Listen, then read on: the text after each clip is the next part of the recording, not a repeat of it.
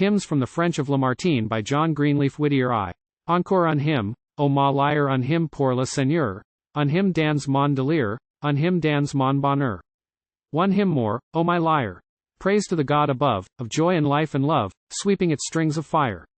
Oh, who the speed of bird and wind and sunbeams glance will lend to me, that, soaring upward, I may find my resting place and home in thee? Thou, whom my soul, midst doubt and gloom, adoreth with a fervent flame, mysterious spirit.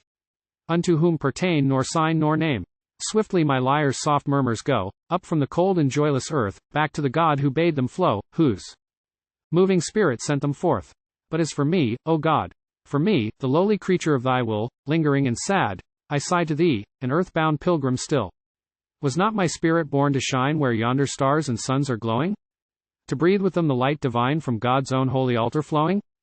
To be, indeed, Whittier the soul in dreams hath thirsted for so long, a portion of heaven's glorious whole of loveliness and song?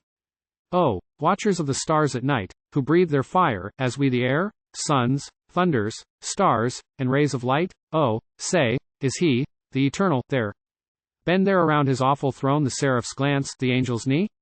Or are thy inmost depths his own, O wild and mighty sea? Thoughts of my soul, how swift ye go! Swift as the eagle's glance of fire, or arrows from the archer's bow, to the far aim of your desire. Thought after thought, ye thronging rise, like spring doves from the startled wood, bearing like them your sacrifice of music unto God. And shall these thoughts of joy and love come back again no more to me? Returning like the patriarch's dove wing weary from the eternal sea, to bear within my longing arms the promised bough of kindlier skies, plucked from the green, immortal palms which shadow paradise? All-moving spirit, freely forth at thy command the strong wind goes its errand to the passive earth, nor art can stay, nor strength oppose, until it folds its weary wing once more within the hand divine. So, weary from its wandering, my spirit turns to thine.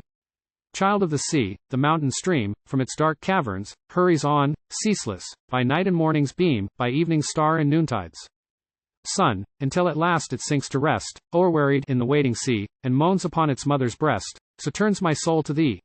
O thou who bids the torrent flow, who lendest wings unto the wind, mover of all things. Where art thou? Oh, whither shall I go to find the secret of thy resting place? Is there no holy wing for me, that, soaring, I may search the space of highest heaven for thee? Oh, would I were as free to rise as leaves on autumn's whirlwind borne, the arrowy light of sunset skies, or sound, or ray, or star of morn, which melts in heaven at twilight's close, or aught which soars unchecked and free through earth and heaven, that I might lose myself in finding thee. 2. Le cri de l'âme. Quand le souffle divin qui flotte sur le monde.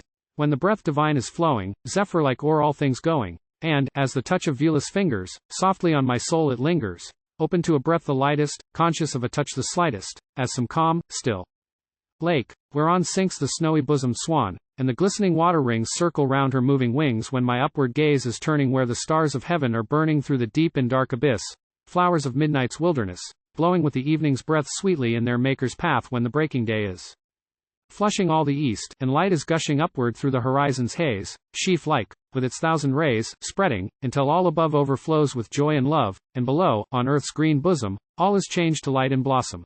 When my waking fancies over forms of brightness flit and hover holy as the seraphs are, who by Zion's fountains wear on their foreheads, white and broad, holiness unto the Lord.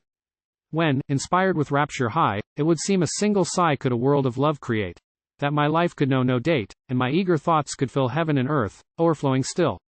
Then, O Father, thou alone, from the shadow of thy throne, to the sighing of my breast in its rapture answerest. All my thoughts, which, upward winging, bathe where thy own light is springing, all my yearnings to be free are at echoes answering thee. Seldom upon lips of mine, Father, rests that name of thine, deep within my inmost breast, in the secret place of mind, like an awful presence shrined, doth the dread idea rest hushed and holy dwells it there, prompter of the silent prayer, lifting up my spirit's eye and its faint, but earnest cry, from its dark and cold abode, unto thee, my guide and God.